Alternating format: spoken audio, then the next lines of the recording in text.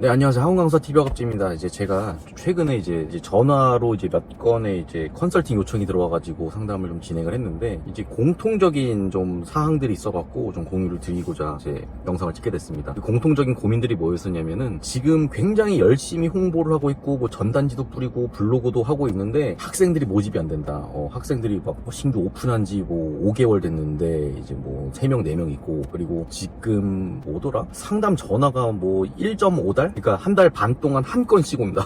이거는 진짜 마케팅에 문제가 있는 거거든요. 예, 근데 제가 그분들의 블로그나 이제 어떤 상황들을 좀 들여다보니까 공통적인 문제점을 발견한 게 있거든요. 그래서 그거를 오늘 좀 공유를 드리고자 합니다. 일단 첫 번째가 뭐였냐면은, 첫 번째가 그분들은 가맹한 업체가 있었어요. 뭔가 프랜차이즈 가맹한 업체가 있었는데, 그 가맹을 했다 자체가 문제인 게 아니라 뭐였냐면 이런 거였죠. 어떤 원장님은 그 가맹 업체에서 수업만 잘하면 된다. 그러면 수업만 잘하면은 모든 게 다 해결이 되기 때문에 정말로 수업만 열심히 하는 거야. 그러니까 예를 들어서 이제 블로그에 어떤 글을 썼는데도 온통 뭐냐면은 우리는 수업 잘한다, 우리 커리큘럼 최고다, 뭐 이런 식으로 이제 글을 써놓은 거죠. 그러니까 자기 자랑 중심인 거야. 또 어떤 원장님은 뭐였었냐면 이런 게 있었어요. 우리는 무슨 연산 관련 뭐 계산하는 거 있잖아. 연산 관련 프랜차이즈에 가맹을 했더라고요. 교재 쓰는 거에. 근데 블로그에 온통 또 뭐냐면은 우리는 연산 잘 가르친다, 우리 연산 가르치는 거 막 무슨 인도 수학 가르치면서 막 이렇게 한다, 막 그런 것들을 자기 자랑을 막 써놨더라고요. 근데 이제 학부모 입장에서 보면 어때요? 이제 이거를 보면은 어떤 느낌이 드냐면, 그래서 뭐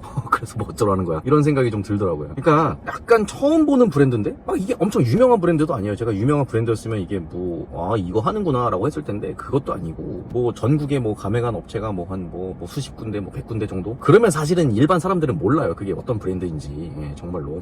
근데 이게 우리 아이에게 어떻게 좋은 건지, 어떻게 해결을 해줄 건지가 중요한 게 아니라 이제 본인들 자랑만 하고 있더라고요. 이게 첫 번째 문제점이었고, 두 번째 문제가 뭐였냐면은 지역성에 대한 고려가 전혀 없다. 지역성에 대한 고려. 이게 어떤 느낌이냐면, 한 분은 신도시에서 이제 고등학교를 대상으로 이렇게 수업을 한대요. 근데 블로그를 들여다보니까 아까 처음 나왔던 문제점처럼 본인들 학원의 커리큘럼이 이렇게 대단하다라는 것만이 나와 있고, 그 지역의 기출문제, 뭐 그 지역 기출문제에 대한 특성, 입시에 대한 특성에 대한 분석이 전혀 없고, 이제 본인들 자랑만 하는 거죠. 또 두 번째가 뭐냐면, 두 번째 다른 분은 유치부부터 중등부까지 한대요. 근데 그거 자체가 나쁜 건 아니야. 그거 자체가 나쁜 건 아닌데, 유치부부터 중등부까지 하는데 블로그 메인 화면에 뭐라고 써있냐면 4세부터 중등부까지 라고 써놓은 거예요. 4세부터 중등부까지. 그러면 생각을 해봐요. 중등부까지 타겟팅이 되는 거는 문제가 없는데, 중등부 학부모 입장에서 이 메인 블로그를 딱 봤을 때 4세에서 중등부까지다 라고 써있으면 이거 보내고 싶겠냐고. 그러니까 예를 들어서 뭐 어떤 식당을 들어갔는데 김밥부터 오마카세까지, 김밥부터 뭐 예를 들면은 한정식까지, 그러면 오마카세 시키고 싶겠냐고. 약간 그 느낌인 거예요. 그러니까 이게 아무리 4세부터 중등부까지 하더라도 메인에는 UR을 걸면 안 된다. 저는 그걸 말씀을 드리고 싶은 거죠.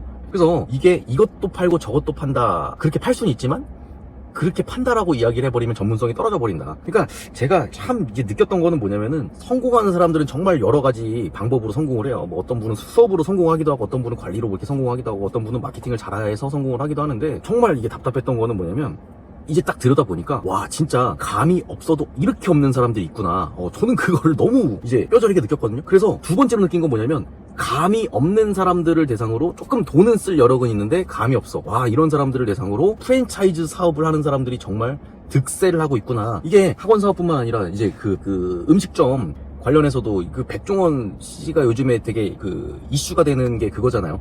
가맹 딱 시켜놓고 가맹점주 입장에서는 이게 잘 되든지 망하든지 그냥 신경도 안 쓰고 그냥 뭐 우리 나 몰라라 한다, 이게 조금 이제 문제가 되는 상황 아니겠습니까? 근데 이런 사람들이 백종원 님이 조금 이슈가 돼서 이제 그랬을 뿐이지, 야, 이런 사람들 많구나.